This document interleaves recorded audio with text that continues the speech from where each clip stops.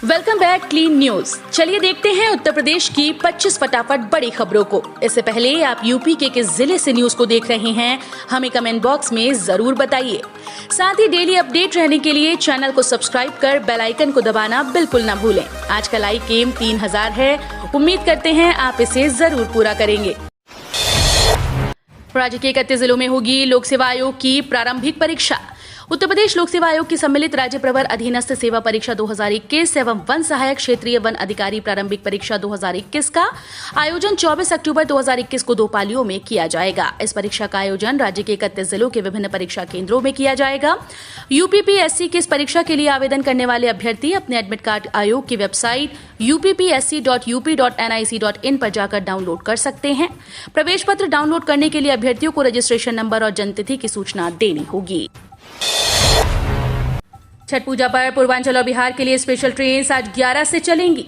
दीपावली बाद छठ पूजा पर बिहार और पूर्वांचल की ओर जाने वाले यात्रियों के लिए राहत की खबर है। लखनऊ से चलने वाली नियमित ट्रेन में जहां अतिरिक्त डिब्बे लगेंगे, वहीं रेलवे ने छठ पर्व पर अतिरिक्त ट्रेन भी चलाएगा। छठ पर्व पर 6 नवंबर से नहाय खाए के साथ शुरू होगा।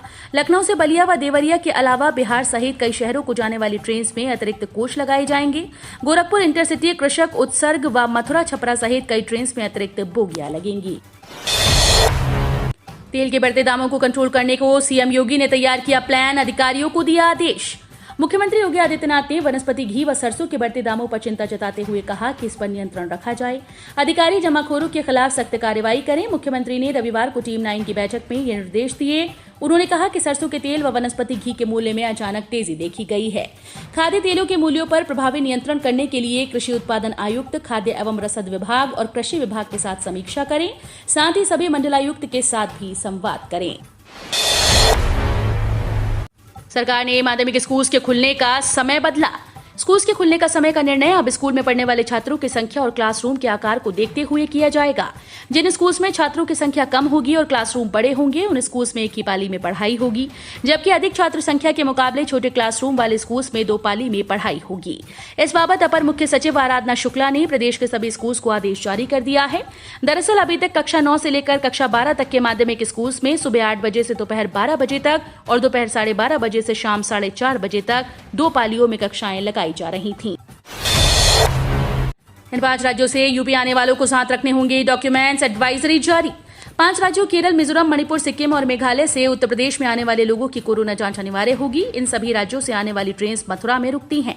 इस कारण स्वास्थ्य विभाग की एडवाइजरी में मथुरा में ज्यादा सजगता बरतने के निर्देश दिए गए। इन 5 राज्यों में कोरोना संक्रमण के मामले नहीं थम रहे। केरल समेत इन राज्यों में लगातार कोरोना के केस निकल रहे हैं। प्रवक्ता के 11 विषयों का साक्षात्कार 21 से 30 अक्टूबर तक। सहायता प्राप्त माध्यमिक इंटर कॉलेजेस में प्रवक्ता के शेष 11 विषयों के साक्षात्कार 21 से 30 अक्टूबर तक कराए जाएंगे। उत्तर प्रदेश माध्यमिक शिक्षा सेवा चयन बोर्ड ने परिणाम जारी करने के 24 घंटे के अंदर साक्षात्कार कार्यक्रम जारी कर दिया। शुक्रवार की शाम नागरिक शास्त्र, भूगोल, समाजशास्त्र, अर्थशास्त्र, इतिहास, हिंदी, कृषि, शिक्षा शास्त्र, शारीरिक शिक्षा, वाणिज्य और संगीत गायन का परिणाम घोषित हुआ था। रैपिड रेल से विकास को लगेंगे पंख। स्टेशन के पास बनेंगे रेस्टोरेंट और शॉपिंग मॉल। जाने और क्या होगा खास। शहर में कुछ सालों के अंदर ही तेजी से विकास होता दिखाई दे रहा है। जहां एक तरफ दिल्ली गाजियाबाद को जोड़ने के लिए एलिवेटेड रोड का निर्माण हुआ, वहीं लोगों को मेट्रो की सुविधा उपलब्ध हुई, तो अब पूरे पश्चिमी उत्तर प्रदेश को जोड़ने के लिए रैपिड रेल का भी कार्य तेज गति से चल रहा है। इसके अलावा शहर में चारों तरफ सड़कों का जाल भी बिछाया जा चुका है। यहाँ रैपिड रेल का प्लेटफॉर्म एक मॉडल के रूप में तैयार किया जा रहा है। दिवाली से पहले मेरठ में गहराया सांसों पर संकट। मॉनसून के विदा होते ही मौसम में शुरू हुए बदलाव के बीच दिवाली से ठीक पहले मेरठ में सांसों का संकट गहरा गया। मेरठ में एयर क्वालिटी इंडेक्स 206 पर पहुंच गया, जो खराब श्रेणी में है। देश भर में प्रदूषित कुल 12 शहरों में उत्तर प्रदेश से 6 शहर रहे। इसमें अकेले मेरठ मंडल के 5 शहर हैं। मेरठ प्रदेश में 6ठा सबसे प्रदूषित शहर रहा। वल्लभगढ़ के बाद बुलंदशहर देश का दूसरा सबसे ज्यादा प्रदूषित शहर रहा। भाजपा के नेता और खरबपति मित्रों के अलावा हर वर्ग सुरक्षित। केंद्र सरकार पर निजीकरण की आड़ में सरकारी संपत्तियों को बेचने का आरोप लगाते हुए कांग्रेस महासचिव प्रियंका गांधी वाड्रा ने कहा कि भारतीय जनता पार्टी सरकार के कार्यकाल में सत्तारूढ़ दल के नेता, मंत्री और उनके चंद खरबपति मित्रों के अलावा कोई भी सुरक्षित नहीं है। प्रधानमंत्री नरेंद्र मोदी के संसदीय क्षेत्र वाराणसी में किसान न्याय रैली को संबोधित करते हुए उन्होंने कहा कि देश में बेरोजगारी चरम पर है। कोरोना काल में छोटे व्यापारी और किसान तबाह हो चुके हैं, जबकि प्रधानमंत्री के खरबपति मित्र हर रोज करोड़ों रुपए कमा रहे हैं। एनटीपीसी की एक और यूनिट बंद, बिजली का संकट गहराया। कोयले के अभाव के चलते बिजली उत्पादन में भारी गिरावट से संपूर्ण उत्तर भारत में बिजली के लिए त्राही मची हुई है। स्थितियां सुधरने के बजाय गंभीर होती जा रही हैं। कोयले के अभाव में एनटीपीसी ऊंचाहार की एक और यूनिट को बंद कर दिया गया। करीब एक सप्ताह पहले कोयले के अभाव में एनटीपीसी में 500 मेगावाट क्षमता वाली यूनिट नंबर 6 को बंद कर दिया गया था। कोयले की आपूर्ति को सुधारने के लिए एनटीपीसी और कोल इंडिया लिमिटेड के अधिकारी प्रयास कर रहे थे कि एनटीपीसी ऊंचाहार की स्थिति और भी खराब हो गई। अखिलेश यादव ने बोला, हमला, कानून को कुचलने वाली योगी सरकार के गिने चुने दिन। पश्चिमी उत्तर प्रदेश में विधानसभा चुनाव का सिंहनाद करते हुए समाजवादी पार्टी अध्यक्ष अखिलेश यादव ने कहा कि किसानों को टायरों के नीचे कुचलने और उनका अपमान करने वाली भारतीय जनता पार्टी की सरकार के दिन गिने चुने रह गए हैं।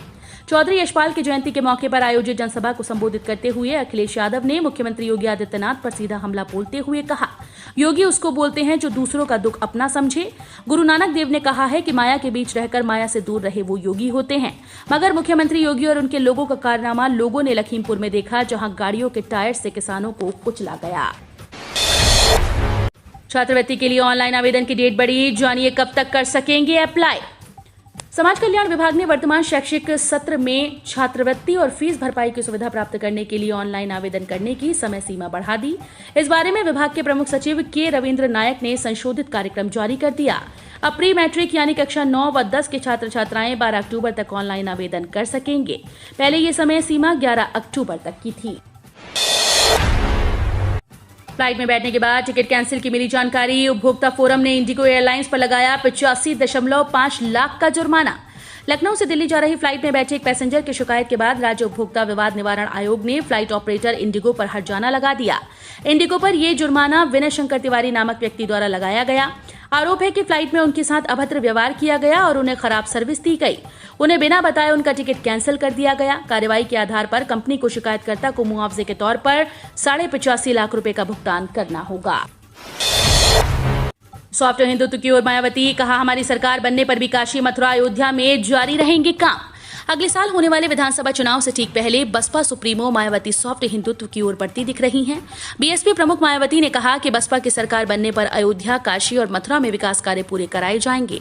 बहुजन समाज पार्टी के प्रमुख मायावती ने उत्तर प्रदेश विधानसभा चुनाव के लिए अपने पहले बड़े सार्वजनिक संबोधन में कहा कि अगर पार्टी सत्ता में आती है तो वो केंद्र और पिछली राज्य सरकारों द्वारा चलाई जा रही योजनाओं को राजनीतिक बदले की भावना से समाप्त नहीं करेंगी और अयोध्या, वाराणसी और मथुरा जैसे धार्मिक शहरों में भाजपा द्वारा शुरू किए गए कार्य पूरे होंगे।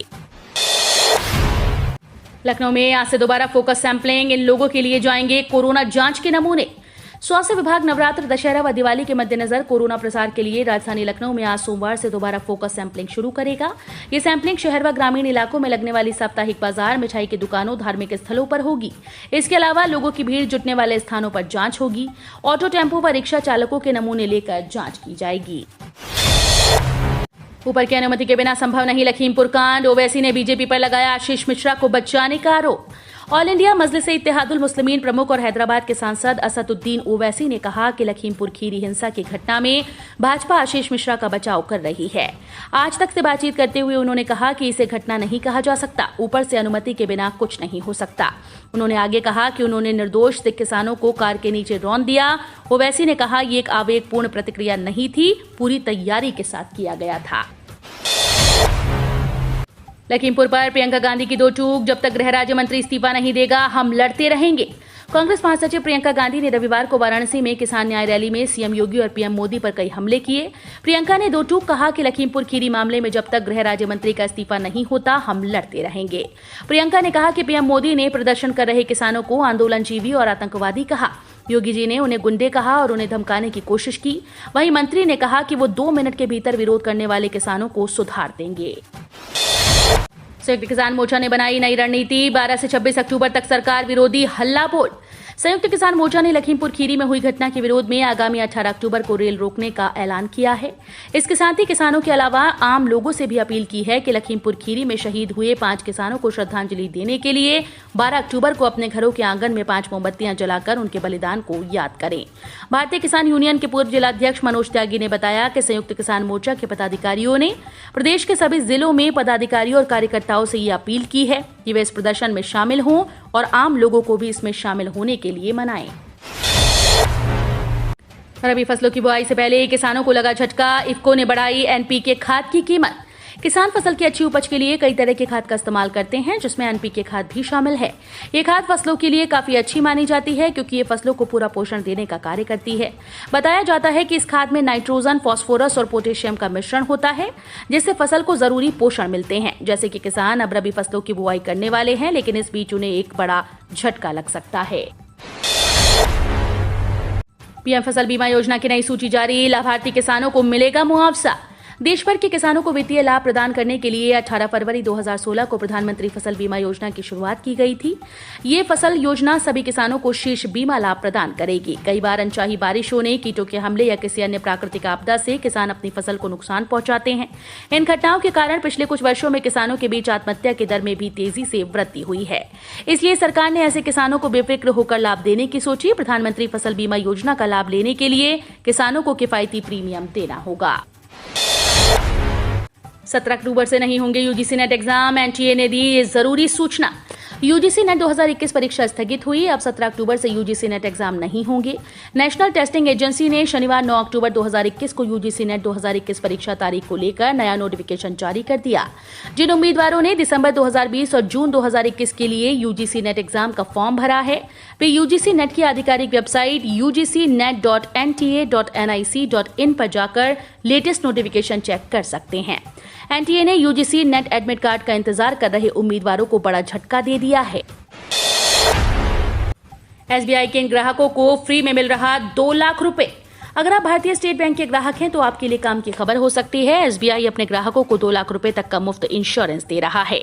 दरअसल एसबीआई की सुविधा जनधन अकाउंट के खाता धारकों को मिल रही है। एसबीआई जिन ग्राहकों के पास रुपए डेबिट कार्ड है, उन्हें 2 लाख रुपए तक का मुफ्त आकस्मिक बीमा कवर देता है।